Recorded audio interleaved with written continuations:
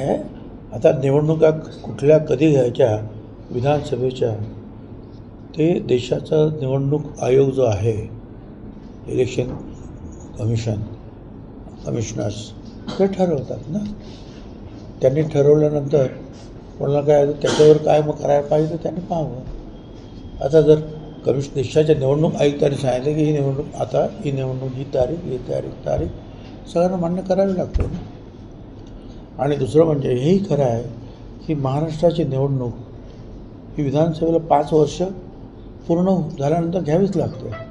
परंतु मागची जी निवडणूक झाली 19मध्ये त्याच्यानंतर काही महिने जे आहे राष्ट्रपती राजवट होती त्यामुळे विधानसभा गठीत होऊ शकली नाही.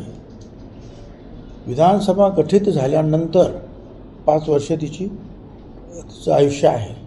त्याच्यामुळे साहजिकच त्यांनी सांगितलं की बाबा त्यांची विधानसभा संपायला महिना का 1.5 महिना काय असेल आवश्यक वेळ त्याप्रमाणे त्यांनी तो हिशोब केला असेल.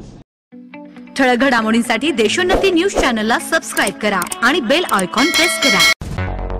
मुंबई, पुणे, नागपूर, मराठवाडा असो का विदर्भ, राजकीय, सामाजिक, शैक्षणिक क्षेत्र असो का क्रीडा, सर्वच घडामोडीचे विश्लेषण पाहायला विसरू नका. फक्त देशोन्नती न्यूजवर.